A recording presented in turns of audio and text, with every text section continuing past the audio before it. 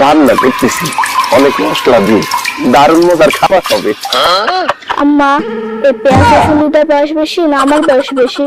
মারে, আমার কাছে মনে হয় তোমার বয়সের চাইতে এই পেঁয়াজটা রসুনের বয়সটা বেশি। তোমার আব্বার বয়স 2 বছর বেশি, তাই না? তুমি বলবো শোনা, আগের আমলে এই দুটার দাম দিয়ে নাকি 10 টাকা জমি কিনা যেত।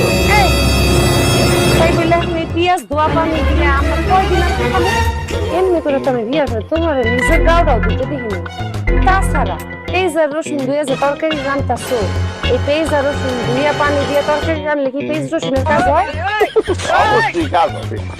আমাদের ক্লাসে ফার্স্ট বয় ছিল শফিক, আমি বরাবরই ফেল করতাম। আব্বা কইতো কি, শফিকের পাও দেওয়া পানি খা, তাইলে তুই ভালো রেজাল্ট করবি। ভালো ছাত্রের পাও দেওয়া পানি খেলে ভালো রেজাল্ট।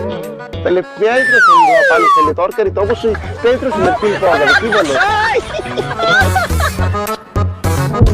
আমাকে কানে হাত দাও তো, শালা তো যুক্তি দেখাস না, যুক্তি দেখলে আমার